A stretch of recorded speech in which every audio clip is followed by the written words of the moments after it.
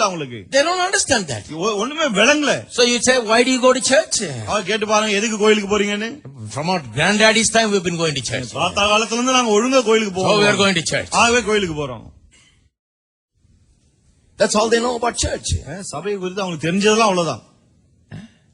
Bible reading is just going through the motions. பைபிளை ஏன் வாசிக்கிறதுனா அது அவங்களோட கடமை. We have to read something from the Bible. பைபிள்ல இருந்து ஏதாவது வாசித்தாகணுமே. Sermon is just going through the motion. We have to just speak something. பிரசங்கம் வந்து பண்ணி ஆகணும். ஆக ஏதாவது கொஞ்சம் பேசிடலாம். I feel sorry for those preachers. இப்படி பிரசங்கியாளுக்காக நான் ரொம்ப வருத்தப்படுறேன்.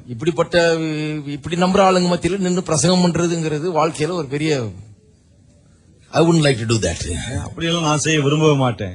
I like to preach in a church like this. இப்படிப்பட்ட ஒரு சபையில தான் நான் பிரசங்கிக்க விரும்புவேன். People come to hear the word of God. இங்கே தேவனுடைய வார்த்தையை கேட்பதற்காகவே மக்கள் வருகிறார்கள். The word has preeminence over everything. எல்லாவற்றுக்கும் மேலாக இங்கே வார்த்தை மட்டுமே இருக்கிறது.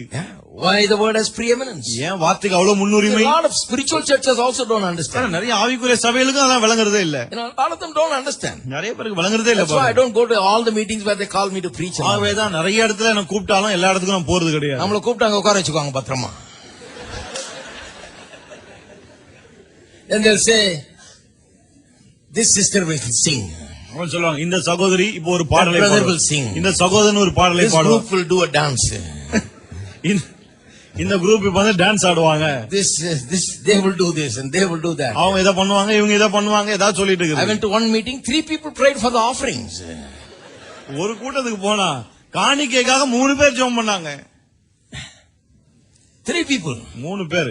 Because they don't want to upset anybody. ஏன்னா யாரையும் வந்து ஒரு மனஸ்தாபம் வந்துட கூடாது பாருங்க. So everybody must pray. ஆகவே எல்லாருக்கும் ஒரு ஜெபம் பண்ண. Opening prayer 2 people did. ஆரம்ப ஜெபம் 2 பேர். And then finally I thought my time is coming to preach because it was already 8 o'clock. அப்புறம் யோசிச்சேன் மணி 8 ஆயிடுச்சு சரி இப்ப பிரசங்கம் பண்ண விடுவாங்கன்னு. He said only one thing brother, the man said the pastor's wife is a singer also. We have to let her sing otherwise we big trouble. அவர் சொன்னாரு brother போதகருடைய மனைவி ஒரு நல்ல பாட்டு பாடுவாங்க நல்லா பாடக்கூடியவங்களாம் அவங்கள பாட ஒண்ணு இல்லாட்டி பிரச்சனை பெருசாயிடும் அப்படின்னாரு அவரு. அது ரொம்ப பெரிய பிரச்சனை ஆயிடும் தயவு செய்து முதல்ல பாட சொல்லுங்க. I said let her sing. நான் சொன்னேன் சரி பாடட்டும் அப்படின்னு. By the time it's already 8:15, 8:20. அதுக்குள்ள மணி 8:15 8:20 ஆயிடுச்சு. So the man in charge leans over and says to me, brother, it's already very late. Just make it short. என்ன பிரசங்கம் பண்ண கூப்பிட்டாரு மெதுவா என்கிட்ட வந்து காதல சொல்றாரு ரொம்ப லேட் ஆயிடுச்சு பிரதர் சுருக்கமா முடிச்சீங்க. I said I will make it short but this is the last. நான் சொல்றேன் கண்டிப்பா சுருக்கமா முடிப்பேன் ஆனா இதுதான் என்னுடைய கடைசி பிரசங்கம் இங்க. Don't you invite me to preach in places where you have no place for the word. வார்த்தைக்கு மதிப்பே கொடுக்காத இடத்துல என்ன பிரசங்கம் பண்ணவே கூப்பிடாதீர்கள். I don't want to come to decorate the place. அந்த இடத்தை அலங்கரிக்க நான் வரது இல்ல. No. கிடையாது. I don't want to be a ceremonial priest doing something there. ஏதோ சடங்காச்சாரமாய் ஒரு பிரசங்கத்தை செய்ய ஒரு பிரசங்கியா நாங்க வரல நான். No, I am serious about preaching the word of God. கிடையாது தேவனுடைய வார்த்தையை பிரசங்கிப்பதிலே ரொம்ப தீவிரமா இருக்கிறேன். If you don't consider the word as important then why do you want me to come? I am not interested in coming. வார்த்தை முக்கியம் இல்ல நீங்க நினைக்கும்போது நான் எதுக்கு அங்க வரணும் எனக்கு விருப்பமே இல்ல. Amen. Amen. That's the way I look at it. நான் அப்படி தான் பார்க்கறேன். Because I know that the word is the thing that can help people. ஏன்னா எனக்கு நல்லா தெரியும் வார்த்தை மட்டுமே மக்களுக்கு உதவும். Nothing else will help people. வேற எதுவுமே மக்களுக்கு உதவாது. But they are interested in satisfying people. ஆனா அவங்களுக்கு என்னன்னா எல்லாரையும் திருப்தி பண்ணணும். இவர் ஒரு ஜெபம் அவர் ஒரு பாட்டு இவர் ஒரு இது சாட்சி இவர் இது எல்லாரையும் திருப்தி பண்ணிட்டு கடைசில கடவுளை திருப்தி பண்றத பத்தி யோசிக்கிறதே கிடையாது. They don't think about satisfying God and glorifying God. தேவனை திருப்தி படுத்தணும் தேவனை மகிமைப்படுத்தணும் அத பத்தி யோசிக்கிறதே கிடையாது. God is glorified only when the word is exalted because God himself has exalted his word above everything. தேவனுடைய வார்த்தை உயர்த்தப்படும் போது மட்டுமே தேவன் மகிமைப்படுகிறார். ஏன் சொன்னா தேவனே எல்லாவற்றுக்கும் மேலாக அப்படியே வார்த்தையை உயர்த்தி வைத்திருக்கிறார். The most precious commodity in God's sight is the word of God. தேவனுடைய பார்வையிலே மிகவும் விலையேற பெற்ற ஒரு காரியம் என்னவென்றால் தேவனுடைய வார்த்தை. God doesn't respect anything else. He respects the word of God as the number one thing. தேவன் வேற எதையுமே மதிப்பதில்லை தேவனுடைய வார்த்தை மட்டுமே அவர் மதிக்கிறார். But the devil also understands that. பாருங்க பிசாசுக்கும் அது விளங்குது. That's why when the word is sown he comes immediately. ஆகவேதான் வார்த்தை விதைக்கப்பட்ட உடனே அவன் வருகிறான். A lot of things the devil understands, a lot of people don't understand. நிறைய விஷயம் பிசாசுக்கு விளங்குது மக்களுக்கு விளங்கல. Now the devil understands that this good man Job has a hedge about him. பாருங்க இப்ப பிசாசுக்கு என்ன விளங்குனா இந்த நல்ல மனுஷனாக யோபை சுற்றி ஒரு வேலி இருக்கு. ஆனா இந்த நல்ல மனுஷனுக்கு அந்த அறிவு இல்ல. He's a good man but he doesn't know that. ஆனா அது அறிவில்லாத ஒரு மனுஷன். He is not every day getting up and saying, Lord, I thank you for the hedge round about me. No devil can come and touch me. No evil shall befall. He's not saying that. He's always afraid something is going to happen. ஒவ்வொரு நாளும் காலையில அவன் எழுந்து, கர்த்தாவே என்னை சுற்றி நீர் வேலி அடைத்திருக்கிறபடியால் ஸ்தோத்திரம், நீ நல்ல தேவனா இருக்கிறபடியால் ஸ்தோத்திரம், அதெல்லாம் சொல்லல.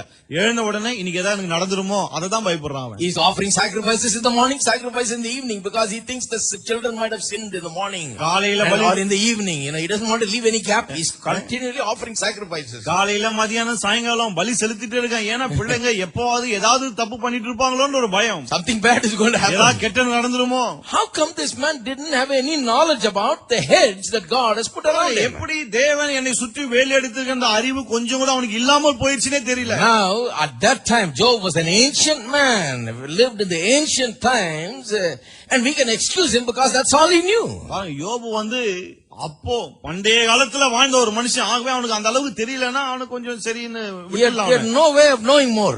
ஏன்னா அதுக்கு மேல அவன் அறியக்கூடிய ஒரு வழி இல்ல. But I tell you today, there are churches, there are preachers, there's television, there's all kinds of programs and teachings and materials and books available. How come people don't know? ஆனால் நான் என்ன கேட்கிறேன், இன்றைக்கு எவ்வளவு புத்தகங்கள், டேப், சிடி, டெலிவிஷன் என்று பிரசங்கங்கள் நிறைய வந்து கொண்டே இருக்கிறது.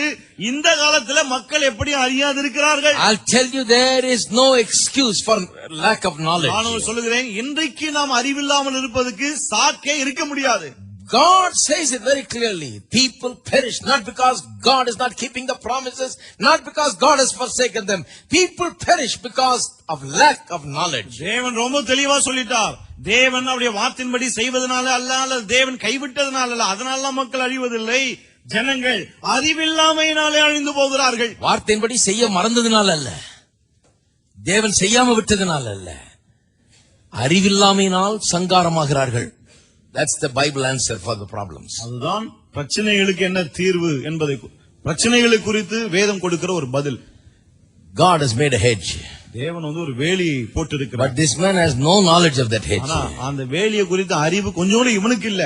And he doesn't speak about it. He is always afraid that something bad is going to happen. அந்த வேலியை பற்றி அவன் ஒண்ணுமே பேசுறது இல்ல. எனக்கு ஏதாவது கெட்டது நடந்துருமோ அப்படின்ற பயம், அததான் பேசிட்டு இருக்கான். Ecclesiastes says, he that takes out the hedge, the serpent will bite him. பிரசங்கி என்ன சொல்கிறது?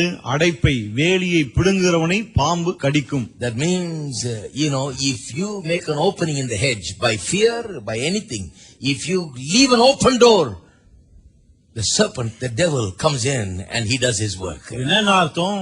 அந்த அடைப்பை, இந்த வேலியை நீங்கள் பிடுங்கி வாசலை திறக்கும் போது என்ன ஆகிறது? பாம்பாகிய பிசாசன் உள்ள நுழைகிறான், கடிக்கிறான். By our ignorance, by our lack of knowledge, by our unbelief, we open the door. நம்முடைய By fear, we open the door. அறியாமையினாலே, அறிவில்லாமையினாலே, பயத்தினாலே வாசலை நாம் திறந்து கொடுத்து விடுகிறோம். Amen? Amen. See, the Bible tells us very clearly these things. இந்த காரியங்களை வேதம் ரொம்ப தெளிவாய் நமக்கு சொல்லுகிறது. Go back to the book of Job. திருப்போம் யோபின் புத்தகத்துக்கு. Now we are just dealing with it slightly here. The book of Job is a separate story. You can study that separately. யோபின் புத்தகம் வந்து தனி கதை, தனியாவே படிக்கலாம். ஆனா இப்ப கொஞ்சம் இப்பதான் படிக்க ஆரம்பிச்சோம். Job chapter 6 verse 23. யோபு 6:23. Job is speaking. யோபு பேசுகிறான். And he says, or deliver me from the enemy's hand, or redeem me from the hand of the mighty. Teach me, and I will hold my tongue, and cause me to understand wherein I have erred.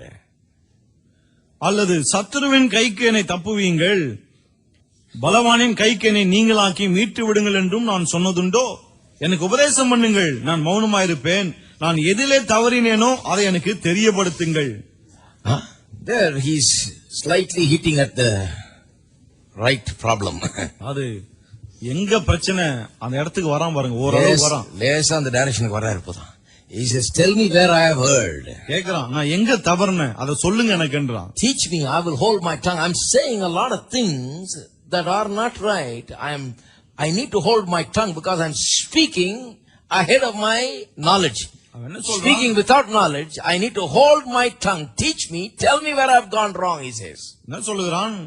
நான் வந்து மௌனமா இருக்க வேண்டும், வாயை பொத்திக் கொள்ள வேண்டும். ஏன்னு சொன்னால் அறிவில்லாமல் நான் பேசிவிட்டேன், நான் வாயை மூடிட்டு இருக்கணும். நான் எங்க தப்பு செஞ்சேன், எதுல தவறுன அதை எனக்கு சொல்லுங்க, தெரியப்படுத்துங்கள்ன்றான். I've gone wrong somewhere, he says. அது எங்கேயோ நான் தவறி இருக்கேன். I don't know where I have gone wrong. எங்க தவறி இருக்கேன்னு எனக்கே தெரியல. Maybe he doesn't realize that fear is such a bad thing, like many Christian people also don't realize. ஒருவேளை இன்னைக்கு நிறைய கிறிஸ்தவர்கள் பயம் என்பது அவ்வளவு மோசமான ஒரு காரியம் இல்லைன்னு நினைக்கிறாங்க இல்லையா, அது போல அவனும் நினைத்திருக்கலாம் நினைக்கிறேன். Like one Christian said to me, everybody fears, brother. What do you mean? You know, you can't fear. ஒரு கிறிஸ்தவர் என்கிட்ட கேட்டார், எல்லாம் பயப்படுறாங்க, பயப்படக்கூடாதுன்னு என்ன சொல்றீங்க நீங்க அப்படின்னாரு. Now last week I was preaching elsewhere in another country.